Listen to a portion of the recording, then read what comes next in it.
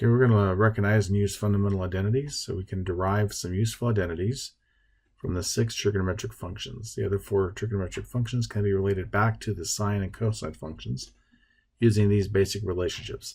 I already alluded to it earlier. Tangent of t is sine t over cosine t. Secant t is 1 over cosine t. Cosecant t is 1 over sine t. And cotangent t is 1 over tangent t, which is also cosine t over sine t.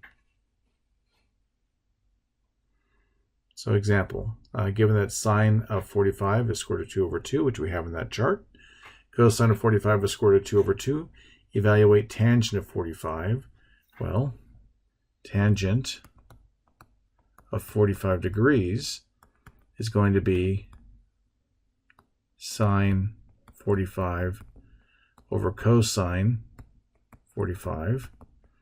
So tangent of 45 degrees is going to be the square root of 2 over 2. My pen's really not writing well. I'm sorry about this. This I blame the pen on. Divided by the square root of 2 over 2, which is 1. So that tangent of 45 degrees is 1.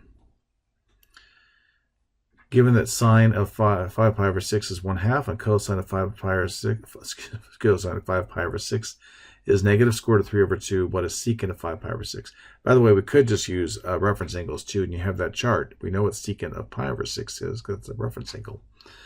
But if we just go with this, secant of 5 pi over 6 is going to be 1 divided by cosine of 5 pi over 6, which is going to be 1 over the negative square root of 3 over 2, which is going to be negative 2 over the square root of 3, and we rationalize the denominator.